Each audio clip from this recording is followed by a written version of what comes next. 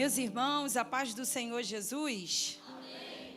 Que alegria, mais uma vez, estar nesta responsabilidade de lhes transmitir a mensagem da parte do nosso bom Deus. E já, sem perder tempo, eu gostaria de te convidar a abrir a sua Bíblia no Evangelho de Lucas, capítulo de número 5. É um texto muito conhecido e a mensagem ela é simples. Glória a Jesus. Quero agradecer mais uma vez o honroso convite a esse casal que nós já amamos, né? O pastor Marlon, a pastora Cíntia. Amo também essa igreja. Olha, eu vou falar uma coisa para vocês. Se eu morasse aqui perto, pastor, ia ser membro dessa igreja. Porque pensa numa igreja calorosa. E deixa eu falar uma coisa aqui, gente. Até o grupo de louvor é virado no óleo. Aí tem uma baixinha aqui, cadê ela? Ah, ela tá aqui. Meu Deus do céu, o que foi isso? Só faltou ela voar aqui, né não? Aí veio uma irmã para cantar aqui também. Ela é daqui? Ela é daqui? Jesus, ela foi correndo de lá para cá. E eu falei assim, meu Deus do céu, tá aí. É a igreja que eu me identifico. Oh, glória a Jesus. Mas é aquilo, né? A igreja é a cara do pastor, né? O pastor tá aqui embaixo vibrando junto. Glória a Deus pela tua vida, pela vida da pastora Cíntia. E eu quero te convidar a ler comigo Lucas capítulo 5. Vocês vão me ajudar, né? Se ficar bonito, tem lanche. Já me falaram que não tem janta, mas pode ter lanche. De barriga vazia a gente não vai sair. Ô, glória. Lucas capítulo 5. Você encontrou? Diz assim: E aconteceu que, apertando a multidão para ouvir a palavra de Deus, ele estava junto ao lago de Genezaré. E viu 2 barcos parados junto ao lago, mas os pescadores tinham descido deles e estavam lavando suas redes. E ele entrou em um dos barcos, que era de Simão, e lhe pediu que o afastasse um pouco da terra. E, sentando-se, ensinava do barco a multidão. E quando ele terminou de falar, disse a Simão: velejai para o profundo e lançai as redes para um arrastão. E respondendo Simão, disse-lhe: Mestre, nós trabalhamos a noite toda e nada apanhamos. Porém, por meio da tua palavra, eu lançarei a rede. E fazendo assim, eles pegaram uma grande quantidade de peixes e a rede se... E eles acenaram aos seus companheiros que estavam no outro barco para virem ajudá-los, e eles vieram e encheram ambos os barcos a ponto de começarem a afundar. E vendo isto, Simão Pedro caiu de joelhos diante de Jesus, dizendo: Afasta-te de mim, Senhor, porque eu sou um pecador. Pois ele estava admirado e todos os que estavam com ele diante do arrastão de peixe que tinham feito. E assim também estavam Tiago e João, filho de Zebedeu, que eram sócios de Simão. E disse Jesus a Simão: Não temas, de agora em diante tu pescarás homens.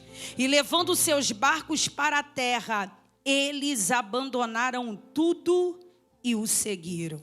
E levando seus barcos para a terra, eles abandonaram tudo e o seguiram.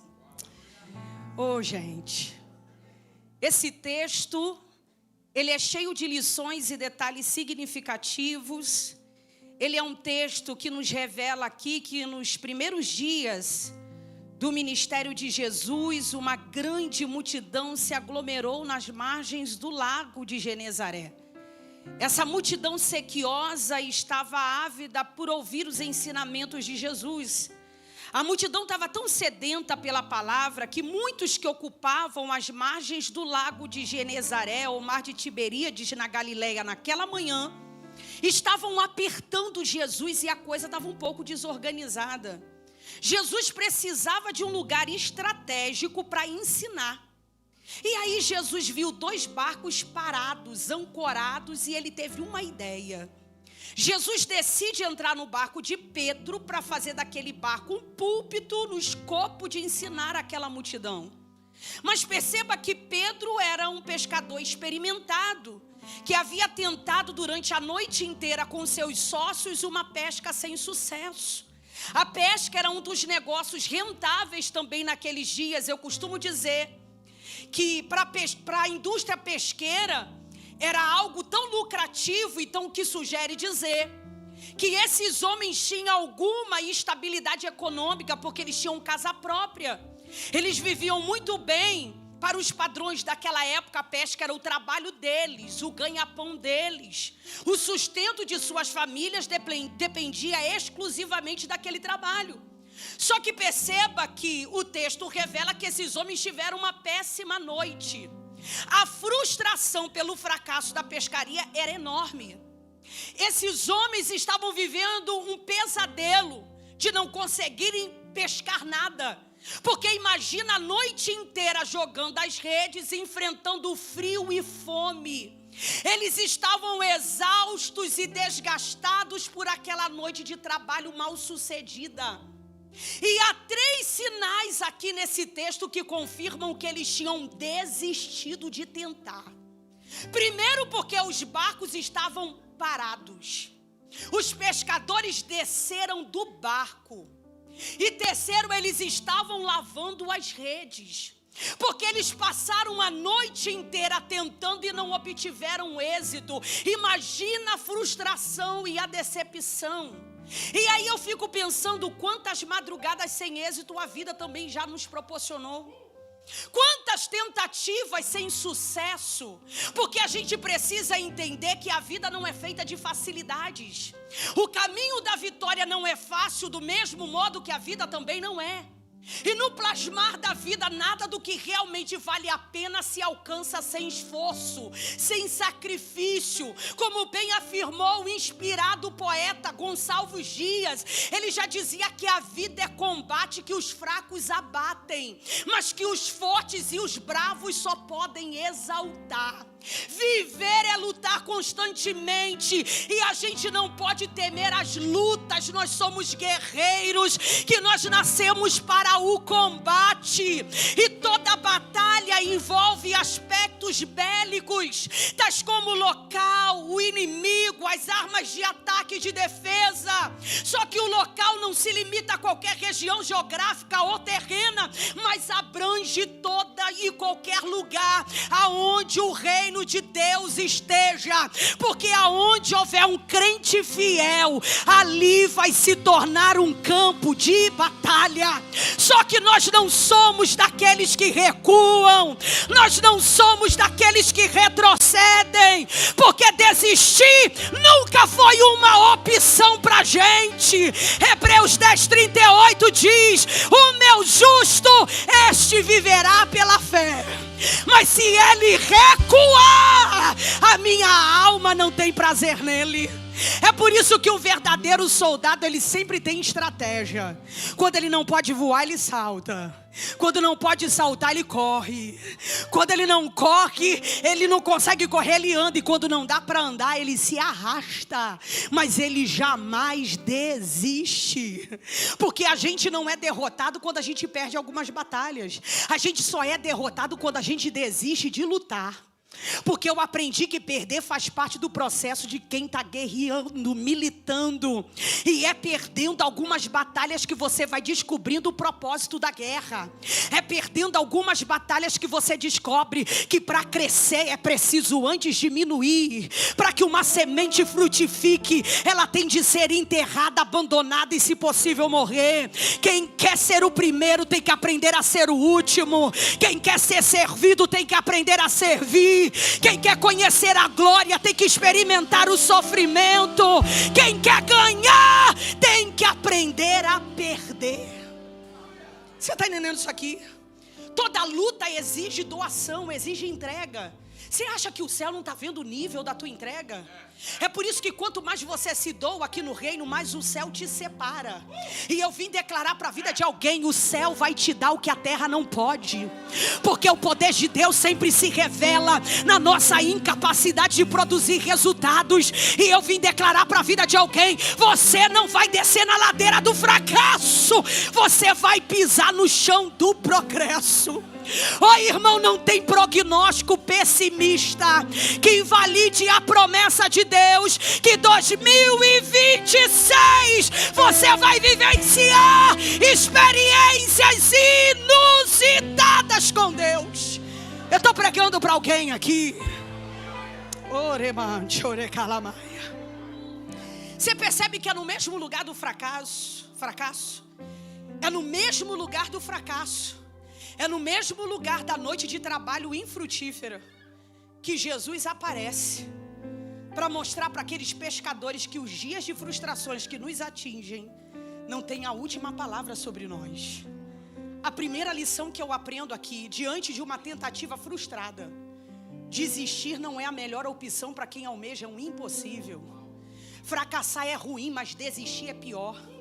Fracassar não te desqualifica, mas desistir sim. A frustração de uma madrugada não pode te impedir de tentar novamente. Uma noite de fracasso não determina a tua história, a tua trajetória, não define quem você é. Ainda que os mais próximos digam que você tem que aceitar, os especialistas em tragédia dizem que você tem que se conformar. Os que perderam a esperança atestam que para você não tem mais jeito. Os fatalistas recomendam você aceitar a vida como ela é. Os saudosistas, com os olhos fixos no drama do seu passado traumático, te relembre constantemente que os estigmas da tua história é que vão determinar o teu futuro e a pessoa que você é. Oh, querido, eu só vim te lembrar uma verdade, que no mesmo lugar do fracasso, a esperança reaparece. Ah, você está aqui mesmo, eu vou repetir.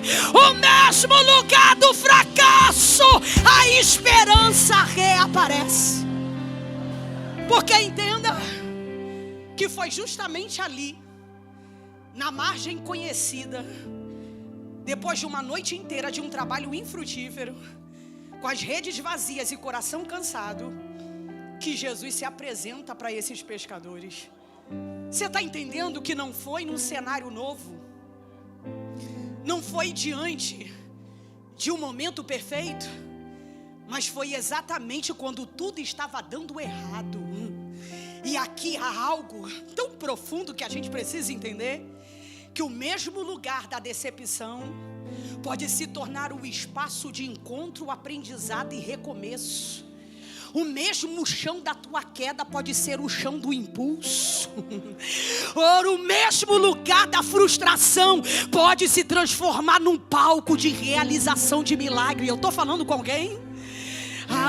O que você precisa entender, que Jesus muitas vezes aparece em diversas áreas das nossas vidas, onde a gente já tentou por diversas vezes sem êxito, e nós desistimos. Aí Ele aparece para nos lembrar que basta uma palavra dEle para transformar redes vazias em abundância, para transformar o teu cansaço em propósito e a tua frustração em testemunho.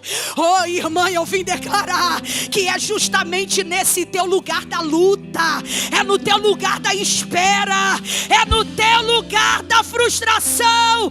Não se apresse em sair daí, não se apresse em ir embora, porque Jesus quer visitar o teu lugar da espera para te ensinar que o teu ontem não define o teu amanhã. O que você viveu não tem autoridade para determinar o que Ele ainda vai fazer. Então levanta a cabeça, respira funda e tente de novo. Respire fundo e tente de novo. Vira para quem está do teu lado e diga: reaja, irmão. Isso, tenta de novo. Eu sinto Deus aqui. Eu sinto a presença dEle aqui. Porque foi justamente no lugar do fracasso. Esses homens tentaram várias vezes e foram várias tentativas na área de domínio deles, porque eles conheciam cada metro quadrado daquele lago. Eles entendiam de pesca, eles tinham uma técnica, eles tinham técnica, habilidade, eles conheciam o território. Mas depois de uma madrugada tentando, eles não pescam nada. Você consegue imaginar a cena, eles lavando as redes, frustrados.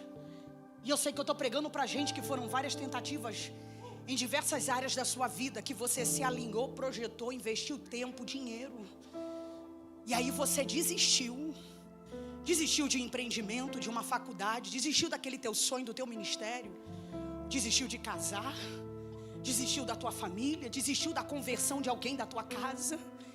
É para você que eu vim pregar.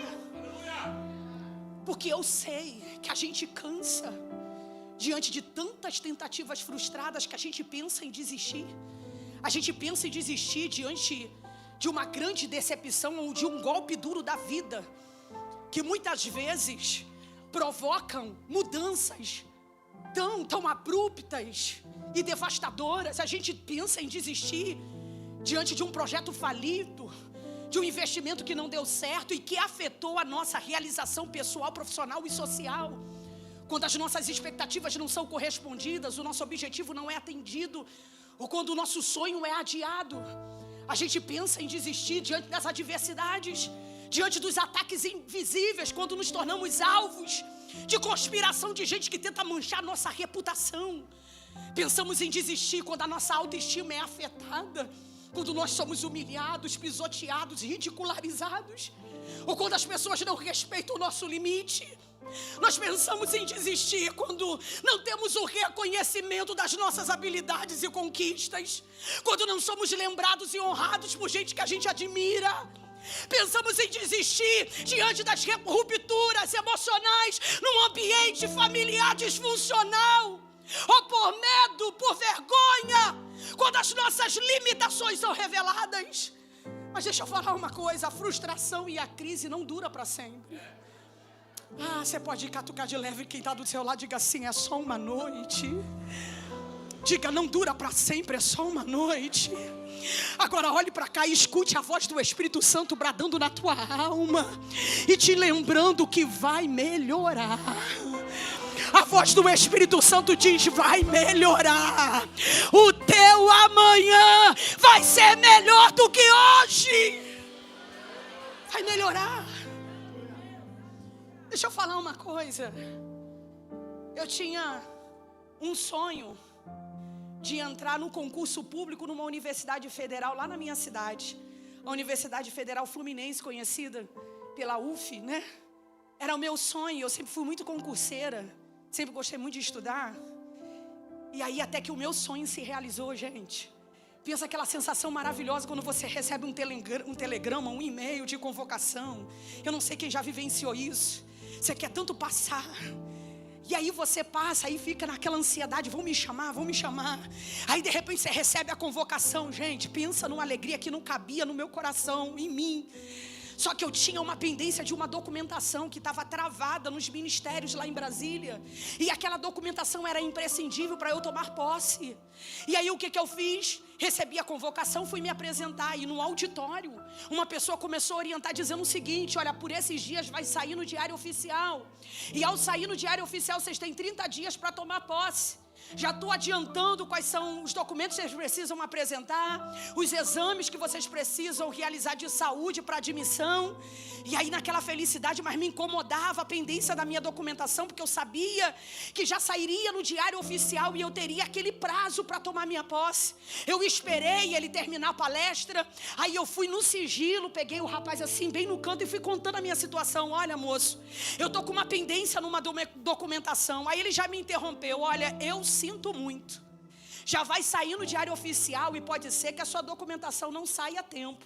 E existe uma política interna na UF que a gente costuma impedir a posse. Gente, quando ele disse isso, eu já tinha sido orientada por um amigo que é advogado, que estava estudando direito. Aí ele disse assim: diz para ele que a posse é um direito seu líquido e certo. Era a única coisa que eu tinha gravado. Aí eu disse assim: moço, a posse é um direito meu líquido e certo, você não pode me impedir. Aí ele foi e disse assim: não, mas na política interna da UF a gente impede. Aí eu fui contra-argumentar dizendo assim: não, eu vou falar com o chefe do RH, porque é um absurdo. Quando eu disse isso, o rapaz cresceu, ele aumentou o volume da voz e disse: menina, você não está entendendo, eu sou o chefe do RH da UF. E como chefe do RH da UF, se você não apresentar o documento, eu vou impedir a tua posse. Gente, quando ele disse eu sou o chefe do RH, ali eu me calei. Pense em alguém que se recolheu na sua insignificância. Eu saí dali tão triste. Aí o meu esposo me ligou e disse: e aí, como é que foi? Deu ruim. Porque eu fui contra-argumentar logo com quem? Roberto, o chefe do RH. E o homem cresceu comigo, disse que como chefe, se eu não apresentar o documento, ele vai impedir minha posse. Aí sabe qual foi a palavra que eu recebi do meu esposo? Você crê? O diabo pode bater o martelo, mas o ponto final da história quem dá é Deus. Aí eu disse, o que a gente vai fazer? Ele disse, a gente vai orar. Aí o que a gente fez? A gente tinha um terraço de guerra numa das nossas casas lá em Itaboraí. E aí a gente subia para o terraço de guerra. Gente, pensa em alguém que já no dia, naquela semana, saiu no diário oficial. E eu sabia que eu só tinha 30 dias. Aí eu comecei um propósito de jejum e oração. Eu subia ao terraço de guerra com meu esposo, orando, jejuando no propósito e pedindo, Senhor, move esse documento lá de Brasília. E eu orava e olhava o e-mail. Eu orava, mandava o e-mail, ligava, cobrava e orando e orando. Gente, pensa em alguém que esperou 30 dias para tomar posse. No último dia, que era meu prazo máximo, eu acordei cedo, subi para o terraço de guerra, orei. E eu fui olhando, não tinha resposta. Não tinha o documento. O que eu poderia fazer? Jogar a toalha? Eu poderia estacionar, desistir? Sabe o que eu fiz? Botei a minha melhor roupa. Peguei todos os meus exames realizados, os documentos que eu tinha, botei numa pasta e fui para o RH da UF. Eu acreditei. Sabe aquela história que nos 5 minutos de prorrogação o jogo não vira? Então no meu coração era essa a expectativa. Eu entrei no RH e eu sentei no banco e fiquei ali, Senhor, eu creio que alguma coisa o Senhor vai fazer. Enquanto eu aguardava a minha vez, eu olhava para o e-mail. Toda hora eu olhava para o e-mail, eu acreditando, Senhor, alguma coisa o Senhor vai fazer, porque esse documento vai chegar. Aí o que eu fiz? Quando eu percebi que eu era a próxima a me apresentar, aí eu mudei a minha oração. Senhor, não deixa aquele homem me receber. Que não seja ele, Jesus. Não deixa ele não deixa ele não. Aí abre a porta, quem me recebe? Ele. Quando ele me recebe, já puxa uma cadeira. Aí ele foi muito educado, começou a conversar comigo, aí foi me pedindo alguns documentos. Sabe o que eu percebi? Que ele tinha esquecido da minha pessoa. Aí eu já fiquei alegre, Jesus, ele esqueceu. Senhor, dá uma amnésia nele, que ele nem lembre de mim. Ele não lembre nem do documento, Jesus. E eu por dentro orando, aí ele foi pedindo, e ali eu me empolgando, entregando, até que no final ele me pede o documento. E quando ele pede o documento, aí eu tentei me explicar, ô moço, a minha situação. Aí na medida que eu fui explicando, aí ele, você é a menina, sou eu. E você não trouxe o documento? Eu disse, não deu tempo, eu ainda estou insistindo, eles não mandaram. Aí ele olhou para mim e disse, você lembra do que eu te disse naquele dia? Eu lembro. E aí ele repetiu que como chefe do RH da UF, eu impediria hoje a sua posse. Só que eu preciso te dizer que eu não sou mais o chefe do RH da UF. Quando ele disse eu não sou mais o chefe do RH, aí eu entendi no cenário. Aí eu entendi que já tinha a resposta. Sabe qual era a minha vontade? Era de pular da cadeira e já falar em línguas estranhas. O homem já não tinha dito nada, ele só disse que não era mais o chefe do RH. Aí ele disse, como eu não sou o chefe, eu vou levar a sua situação para a atual chefia, para ver o que ela resolve. Ele saiu e pensa, gente, numa demora. Mas mesmo ele demorando, eu já estava agradecendo. Aí quando ele volta, ele só diz assim, garota, você tem sorte. E quando ele disse, você tem sorte, eu já apontei o dedo, é Deus. Você entende que Deus pode tirar gente da cadeira para fazer com que a justiça silenciosa trabalhe em sua direção? Você acredita que Deus pode confirmar no coração certo o seu nome, a sua história, a sua verdade? Você acredita que o que é teu vai ter reconhecimento pelas mãos certas e de forma justa? Eu estou pregando para alguém? Você vai desistir? Vira para alguém que está do teu lado e pergunta, você vai desistir?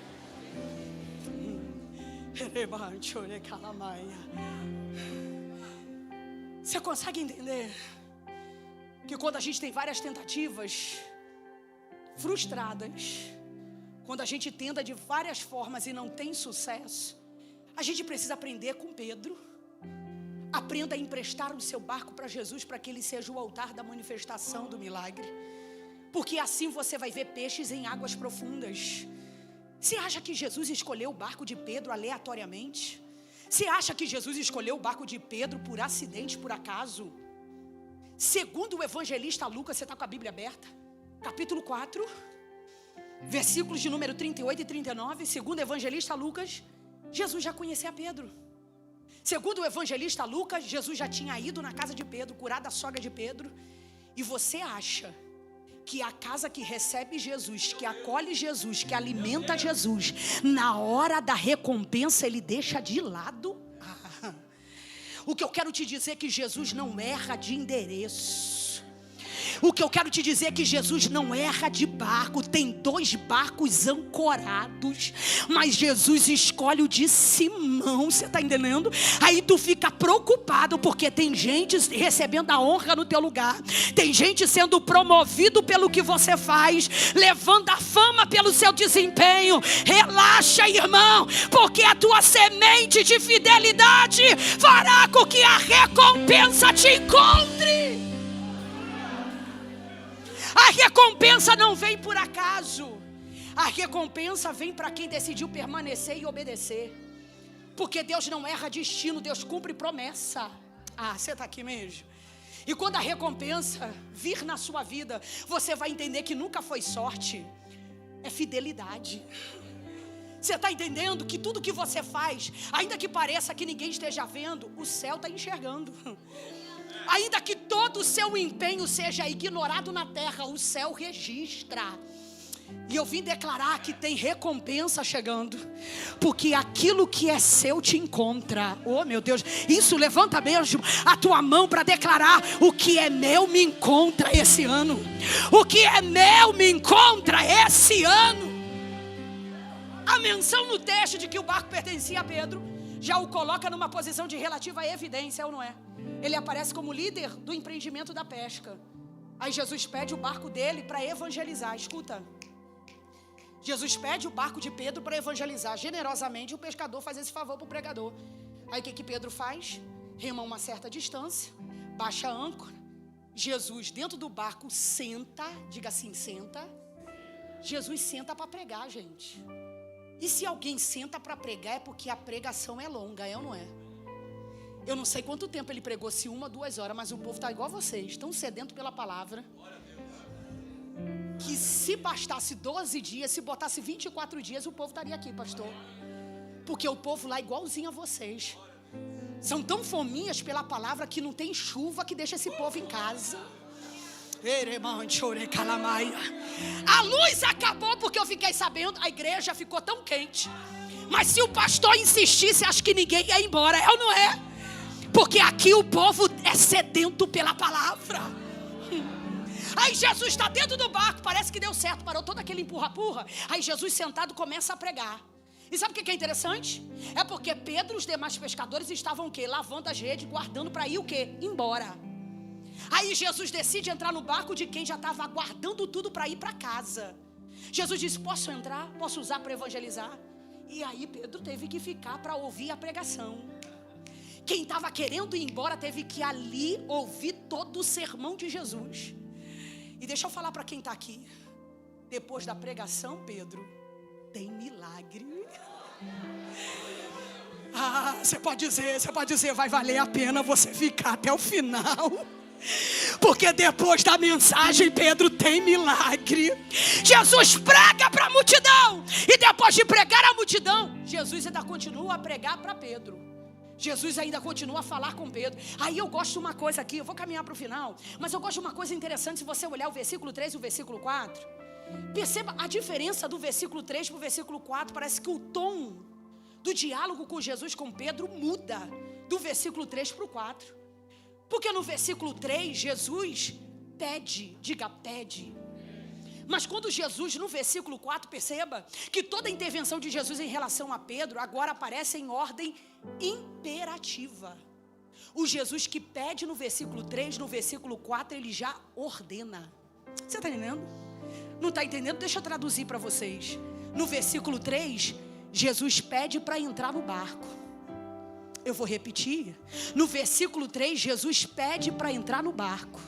Mas uma vez que Pedro coloca seu barco à disposição de Jesus, o comando, o controle, a direção já não é mais de Pedro. Então quem está no barco agora já não pede, ordena.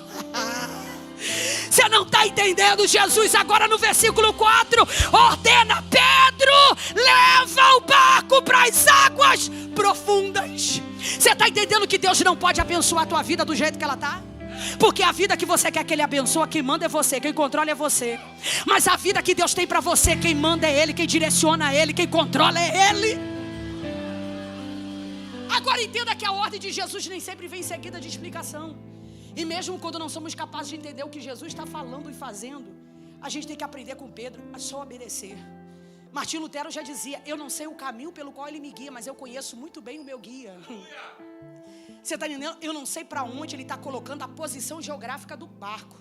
Eu não sei para onde Ele está me levando.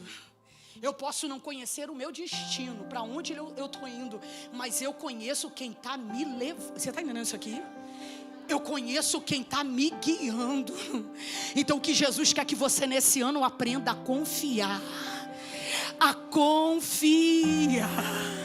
Ele ordena que Pedro leve o barco para onde, gente? Para as águas profundas. E aí é uma segunda lição, que só atingimos o imensurável quando decidimos sair da superfície. Você só vai viver o que ninguém viveu, experimentar o que ninguém experimentou, quando você aceitar o desafio das águas profundas. Porque no raso você controla, mas no fundo você confia. No fundo, até a sua fé deixa de ser discurso para se transformar em entrega.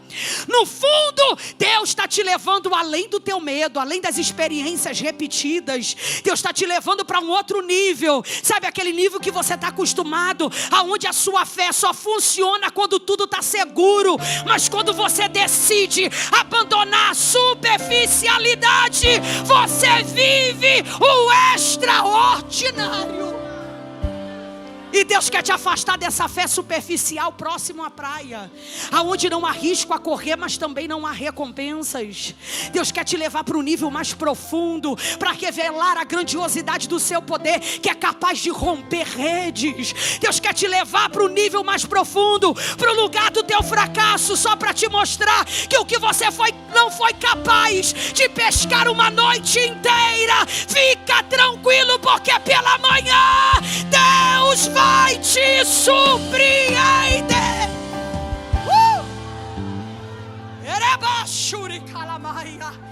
Eu sinto uma graça aqui, gente. Eu sinto uma graça aqui. Eu aprendo uma terceira lição, que as causalidades humanas muitas vezes revelam providência divina por trás dos encontros comuns do dia a dia. Já reparou que Deus sempre revela o seu cuidado para conosco? Deus sempre expressa o seu cuidado. O que você quer dizer com isso? Que eu quero dizer que o que era até aquela manhã o barco da vergonha, o que era até aquela manhã o barco da frustração, da decepção, agora se transforma em instrumento de pregação de Jesus. O que era o barco da frustração agora se transforma em altar de manifestação do poder, do milagre. Jesus não descarta. Jesus não descarta. O que você associa como fracasso, Ele ressignifica. Porque não subestime o que Deus pode fazer com aquilo que você quase abandonou. Ah, meu Deus, eu vou repetir isso aqui. Não subestime com o que Deus pode fazer com aquilo que você quase abandonou. Ô Senhor, o que parece para você frustração só pode ser parte do processo para que você chegue no lugar onde Deus deseja que você cresça. Quanto maior for o nível da tua frustração, é o céu revelando a grandiosidade do lugar onde Deus está te levando, onde Deus está te conduzindo. Você consegue entender que a frustração é só o indicador da grandeza que está por vir? Porque quanto mais baixo você se sente, mais alto é onde Deus pode te levar. Oh, meu Deus do céu. Quanto maior for o nível da tua decepção, é o céu apontando a magnitude da promessa. Mas sabe qual é o nosso problema? É achar que aquilo que é fim da linha, não entender que pode ser o dia dos pequenos começos. O nosso maior problema é aquilo que o missionário Hudson Taylor já dizia, que aprender o que Deus quer nos ensinar no meio da adversidade é muito mais importante do que a gente sair dela. Porque a gente fica mais preocupado em sair da adversidade. Deus está mais interessado com que você aprenda com ela. Eu vim te dizer que essa dor não é para te destruir. Ela não está autorizada a te destruir, mas a te transformar. Entenda que a dor, ela cumpre o seu propósito por revelar quem nós somos. Quando Deus não tira a dor, Deus te dá capacidade para suportá-la. Não há crescimento isento de dor. Nem toda dor explica, mas toda dor ensina. Entenda que na caminhada de fé nós somos desafiados não apenas ao abandono da nossa culpa, mas também à redenção da nossa dor. E é nesse ponto que a nossa história ganha um novo sentido. Não é quando a dor é apagada, mas quando ela é ressignificada. Não é quando a dor é negada, mas quando ela é acolhida. É quando você decide não apenas vencer a dor que você vivenciou, mas quando você decide torná-la uma ferramenta de esperança na vida dos outros. Você não tem noção, mas através da sua dor muitas lições foram aprendidas por pessoas à sua volta. A tua experiência se tornou um testemunho vivo da fidelidade de Deus, porque quando a tua ferida ganha propósito, aí nasce um testemunho. Você ganha autoridade na área onde você foi mais ferido, e quando você reconhece as cicatrizes e encontra nela uma vocação. Eu só vou pedir a última vez que você escolha a pessoa mais bonita que tiver do teu lado. Se não tiver aí, olha aqui pra frente. Tô brincando. Diga para essa pessoa: aguenta só mais um pouquinho.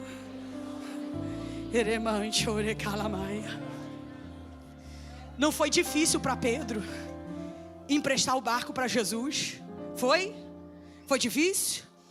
Tô terminando. O difícil para Pedro foi obedecer o comando de Jesus de levar o barco para as águas profundas.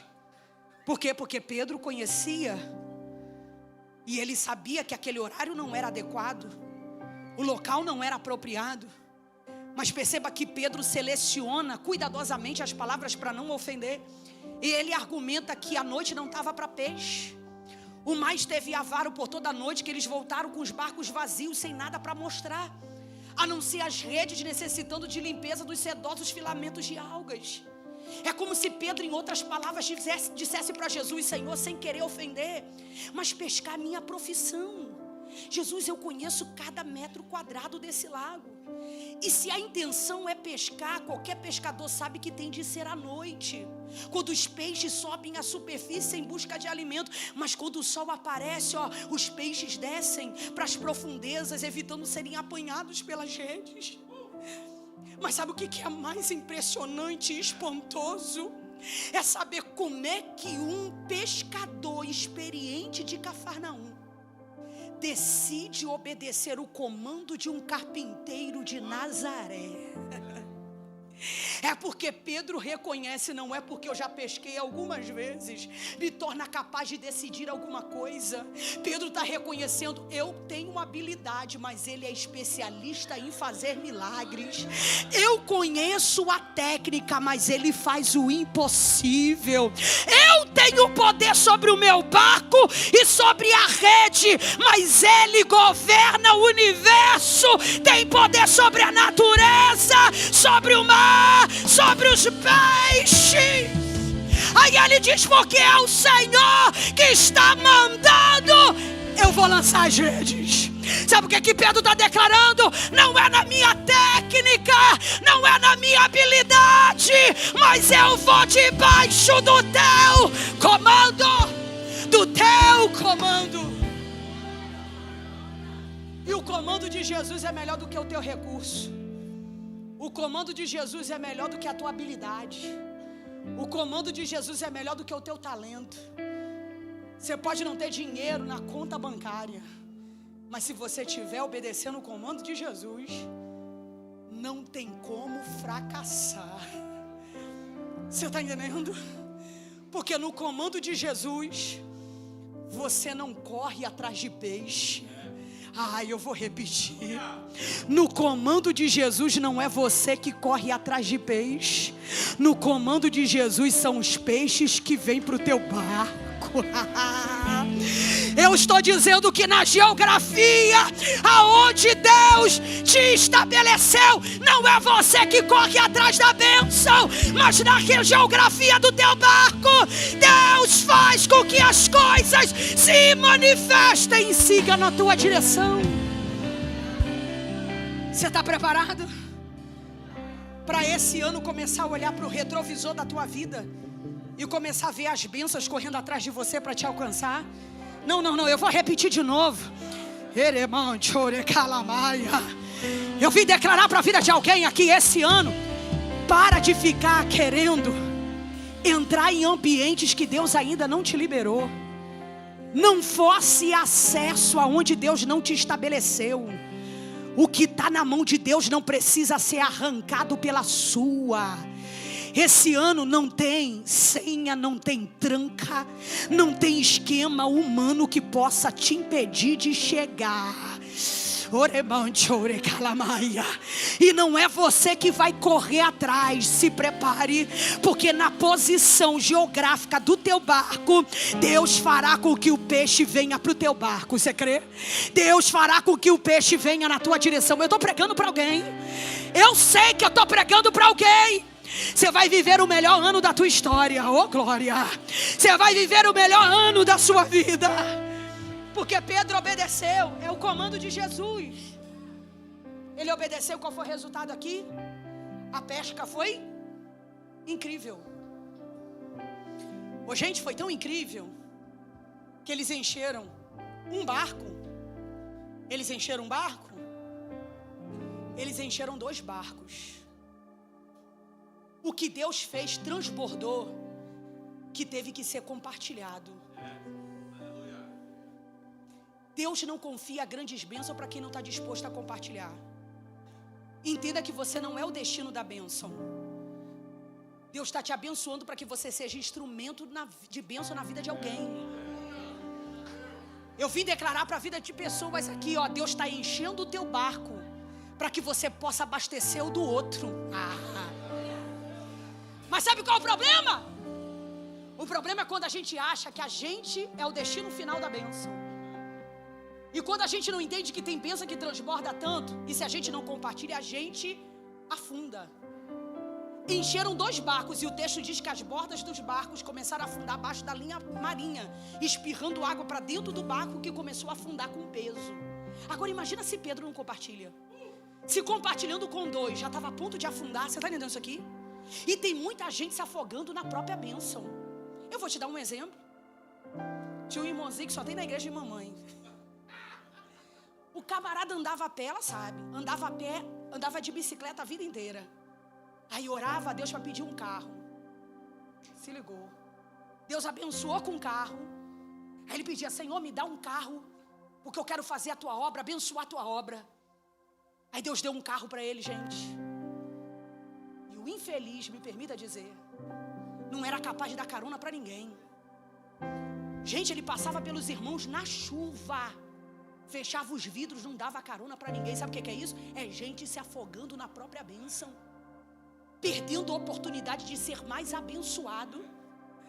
Mas eu vou abrir uma oportunidade para que você escolha uma pessoa e diga assim: esse ano Deus vai me abençoar e eu vou pagar o seu jantar. É promessa. Deus vai transbordar na minha vida, eu vou te abençoar. Oh, meu Deus do céu.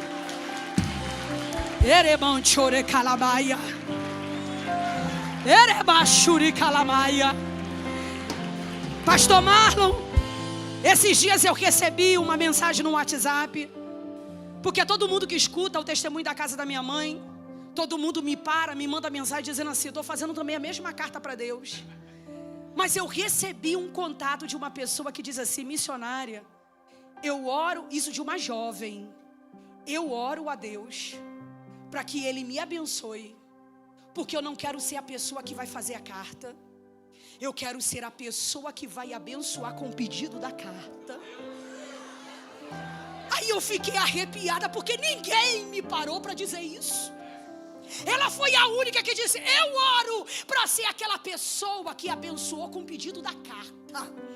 E que esse ano Deus transborde tanto na sua vida, que Deus enche o teu barco para que você abasteça o barco dos outros. O que Deus fez foi tão espantoso, gente, que deixou Pedro sem palavras. Eu vim dizer que o que Deus vai fazer vai deixar você sem palavras. Eu creio que uma revelação cortante irrompe os rumos do seu pensamento. É provável que Pedro deve ter imaginado naquele momento: esse Messias não é humano. O seu poder é tão grande que atinge até as profundezas desse lago. O que Deus fez foi tão espantoso que coloca Pedro de joelho. E no momento em que ele decide falar de joelho, ele declara: Senhor, afasta-te de mim, que eu sou um pecador. E é ali que começa todo um diálogo entre Jesus e Pedro, que todo o lago de Genezaré ouviu naquela manhã. Quando Jesus lhe disse: de hoje em diante, tu serás pescador de homens. O que é isso? E aqui finalizo. É que todo o propósito daquela pesca não era a garantia de provisão para Pedro, para os seus sócios e nem para suas famílias. O maior propósito do milagre dessa pesca maravilhosa era transformar esses homens em discípulos sob dedicação exclusiva. E sabe o que é interessante? Jesus é fantástico, porque quando Jesus diz: lança a rede, enquanto eles estão lançando as redes, eles nem perceberam que eles que estavam sendo pescados por Jesus. Aí tem umas coisas que Jesus faz, que na linguagem carioca, gente, isso aqui é uma gíria carioca, na linguagem do carioca, Jesus é sinistro. É sinistro, gente. Porque tem umas coisas que Jesus faz que não faz muito sentido, é ou não é? Porque pensa comigo, só Deus faz isso. Deus prova para aprovar. Deus humilha para exaltar. Deus diminui para fazer crescer.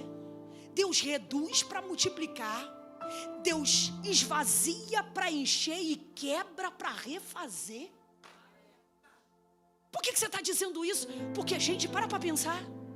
Depois que Jesus tira a empresa, o negócio financeiro desses sócios da pesca, da falência, depois que Jesus faz prosperar o maior empreendimento deles, com a maior colheita, com a maior captura de peixe já visto no lago de Genezaré, depois que Jesus faz prosperar e tira a empresa da falência, o que Jesus propõe? Falência da sociedade e fechamento dela.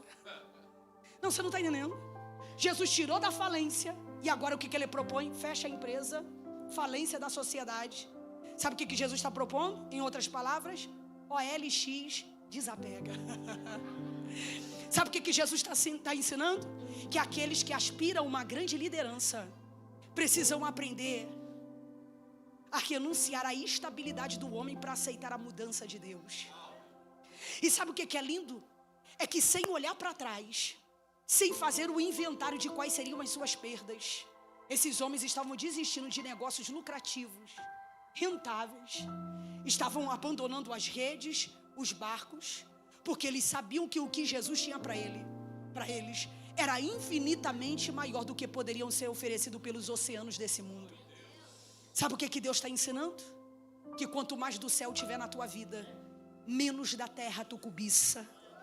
A tua vida precisa ser marcada pela essência que o céu carrega. Oh, querido, você não pode mais ser afetado pela essa ambição terrena daquilo que o dinheiro pode comprar. O teu foco será a glória de Deus. Eu vim declarar para a vida de alguém: esse ano você não vai mais cumprir uma rotina dos teus planos. Esse ano você vai viver o propósito que transforma. Eu sei que isso aqui não é para todo mundo, mas tem gente que precisa ouvir. Você não vai mais viver do altar, você vai viver para o altar. Porque quem vive do altar, tira do altar. Mas quem vive para o altar, entrega no altar e é sustentado pelo altar, Pedro. Eu estou sentindo uma graça aqui. Você pode se colocar de pé em nome de Jesus. Jesus não está mandando você abandonar seu emprego. que Jesus está ensinando aqui: aprenda a depender de mim. Aprenda a confiar em mim. Eu sinto Deus aqui. Cadê o grupo de louvor? Vocês cantam aquele louvor assim: o fogo não me queima. Diz que é temer porque... Oh, Espírito Santo. Já pode ir cantando, viu? Eu quero fazer um convite. Eu quero fazer um convite para você que entrou aqui e você se afastou da igreja, ou você que nunca professou a Cristo como Salvador da sua vida. Jesus quer entrar no teu barco. Jesus quer assumir o controle da tua vida. E se você entendeu a mensagem hoje proferida nesse altar e deseja se reconciliar com Jesus, deseja professá-lo como único e Salvador da sua vida, sai do seu lugar, vem aqui à frente. Deixa eu orar por você. Não saia daqui sem tomar a melhor decisão da tua vida. Eu sei que ainda tem gente aqui no nosso meio, e você que é crente está do lado de alguém que você sabe que precisa tomar essa decisão hoje. Pergunta para ela, pergunta para ele. Diga: você não vai lá sozinho ou sozinha, eu vou te acompanhar. Jesus está te chamando e é hoje. Jesus está te chamando. Eu vou abrir esse momento para você sair do seu lugar e vir aqui à frente, onde está a primeira pessoa. Seu nome é Jeová Jireh, irás prover de novo. Eu creio em ti, haja o que houver, venha o que vier, irás prover de novo. Eu creio em ti, eu não vivo do que vejo, vivo do que creio.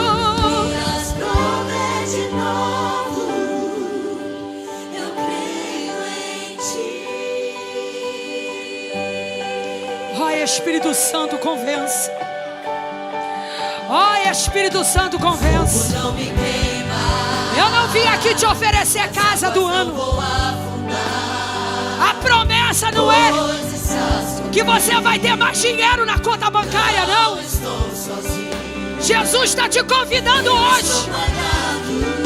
Arrependa-te. Vem firmar a tua aliança com Ele. Vem, estás comigo. Temer porque se eu estou guardado por quem nunca perde. Já está vindo ali. Já está vindo ali. Ainda tem mais. Jeová Jireh, irás prover de novo. Eu creio em ti, haja o que houver, venha o que vier, irás prover de novo. Eu creio em ti, eu não vivo do que vejo. Eu sei que ainda tem mais. Jesus está chamando você. Eu creio em ti, ainda que a figueira não floresça, que não haja fruto da vide, que o produto da oliveira minta, todavia me alegra. Cadê você, vai? Todavia me alegrarei.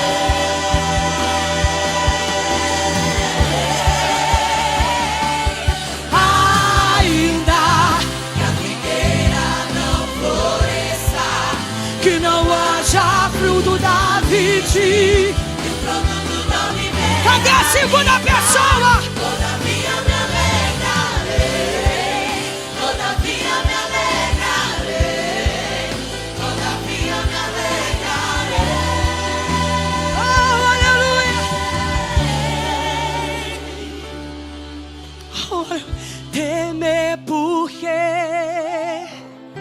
se eu estou guardado por quem nunca perdeu,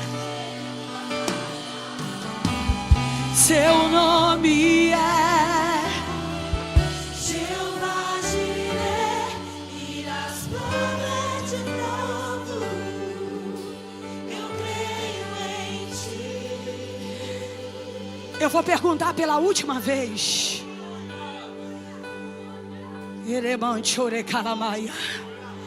Até quando você vai postergar a voz do Espírito Santo que te chama hoje? Ele te chama agora, porque o momento é esse. Jesus se apresenta no teu barco hoje, agora, e você vai desperdiçar a oportunidade. Você vai desperdiçar esse momento em que você escuta a voz do Espírito Santo, porque eu sei que eu estou falando para gente que precisa hoje estar nesse altar, e o coração está acelerado aí. Eu pergunto pela última vez: cadê você? Cadê você que hoje o Senhor brada na tua alma, te chamando de filho, de filha? Deus não abre mão da tua vida com seu olhar penetrante. Ele já foi nos lugares mais profundos e secretos da tua alma. Ele conhece você. Ele sabe das tuas limitações. Ele sabe dos teus traumas.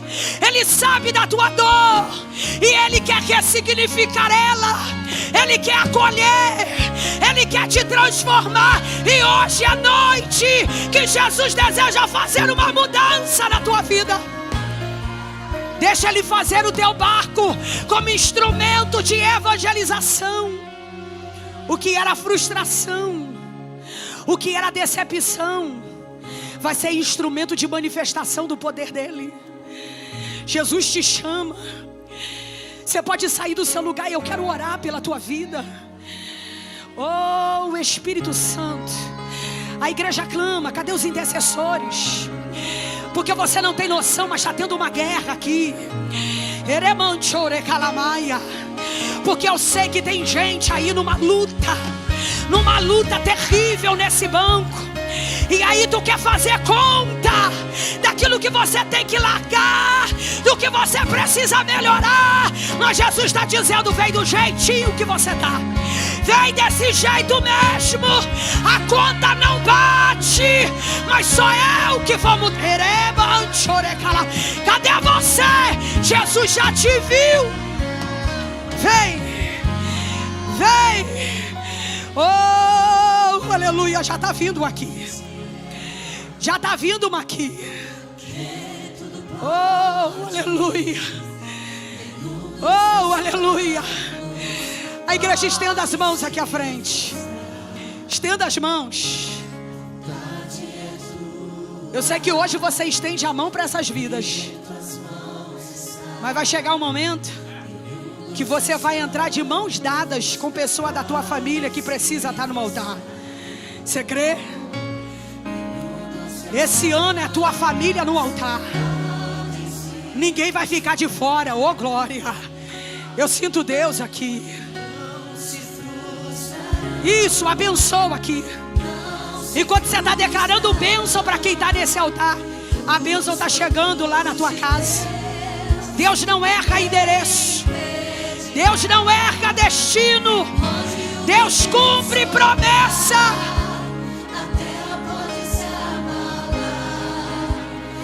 Oh, aleluia. Ninguém vai impedir.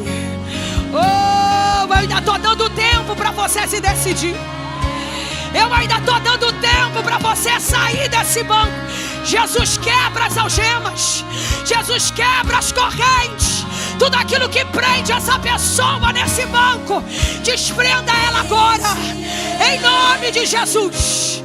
Que tudo podes, nenhum dos seus planos podem se frustrar. A vontade é tua, minha vida em tuas mãos está.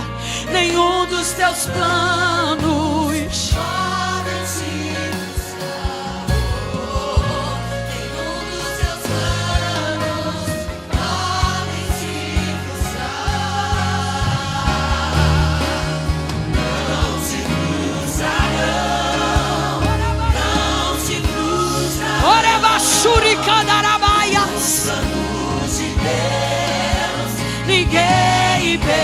tirar, pode o vento soprar. Tu é a magnificência, teu é tudo quanto há no céu e na terra. Teu é o reino, tu és aquele que te exaltaste sobre todos. Riquezas e glórias vêm de ti.